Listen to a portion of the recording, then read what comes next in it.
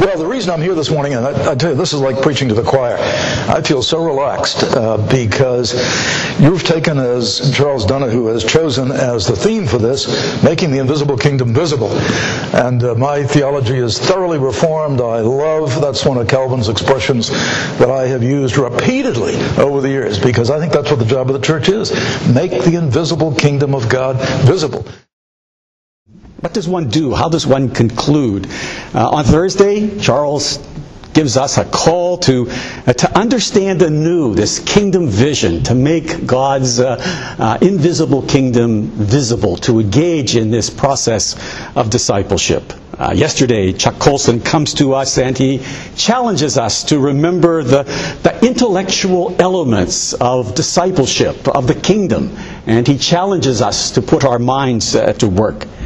Christian Smith comes and he cautions us that as we go out there and labor, there's a new religion floating around amongst our teens, and he talks about it as moralistic therapeutic deism. Last night, Anthony Bradley comes and he charges us to engage in the battle against idolatry that is prevalent in middle-class American households. Those are Presbyterians. And so I wondered, what do I say? We've been challenged. Some of the things that have been said have been discouraging. We think, oh my. People are constantly now talking about what's going to happen to the church. Why should it matter? Oh yes, it matters because we have a cultural commission. We've got to go out and bring Christian truth to bear on all of life, and it gets harder in politics now. It's going to be a lot harder. We're going to have to be a lot smarter. But the one thing we don't want to do, I don't know how many of you read Cal Thomas. He writes interesting columns, good columns from a Christian perspective. He wrote one right after the election. He said, good, we've learned a lesson. What the church has to do now is give up on politics and just go back and be the church and take care of itself and its neighbors. And oh, no. I don't have to tell you no. You know better. That would be a total abandonment of our responsibility to culture. Now, I'm passionate about this because as I see it, there's no other alternative. We either get about the kingdom or our denomination is going to die. That the church in America is going to die. 1,300 churches a year close every year in America. It's going to die if we do not get about the kingdom. We don't confuse kingdom and church. We have to be about the business of being salt and light and being agents of redemption and raising a generation to do that. We tend to think that the religion of people out there in this society is a certain percent Catholic, a certain percent Protestant, a certain percent Jewish, a certain percent Mormon, etc. When I came away after talking with lots and lots of teenagers, and it was a gradual process of putting this together, was they're not any of these religions. Officially they are, but functionally they're actually practicing this other religion that they mostly all share in common, what I call moralistic therapeutic deism.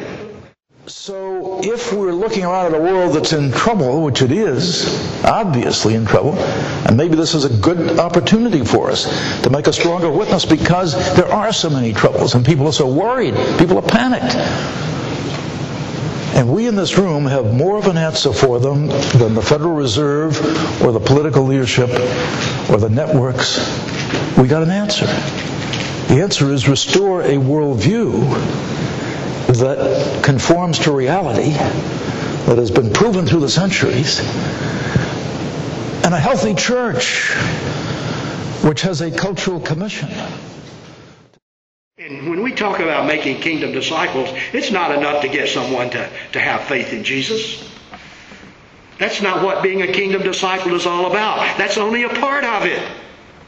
We have to see the whole story. We have to see the whole truth. We must understand who Jesus is. We must understand what it means to believe in Him.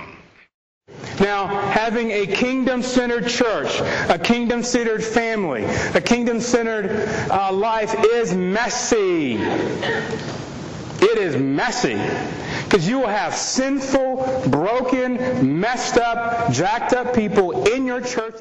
What has happened is that the kingdom has been sacrificed to the idols of the church and the Christian version of the American dream.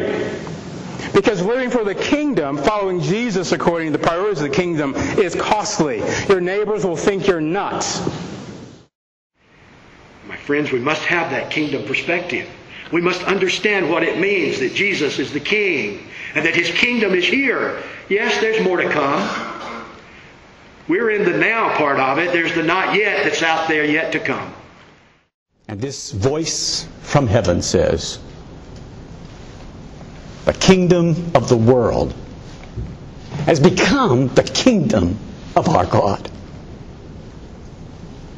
I want you to go away from here with this in mind. You can't lose. And that's the beauty of the kingdom. That's the wonder of this whole project in which we are engaged. That God has told us what the end will be.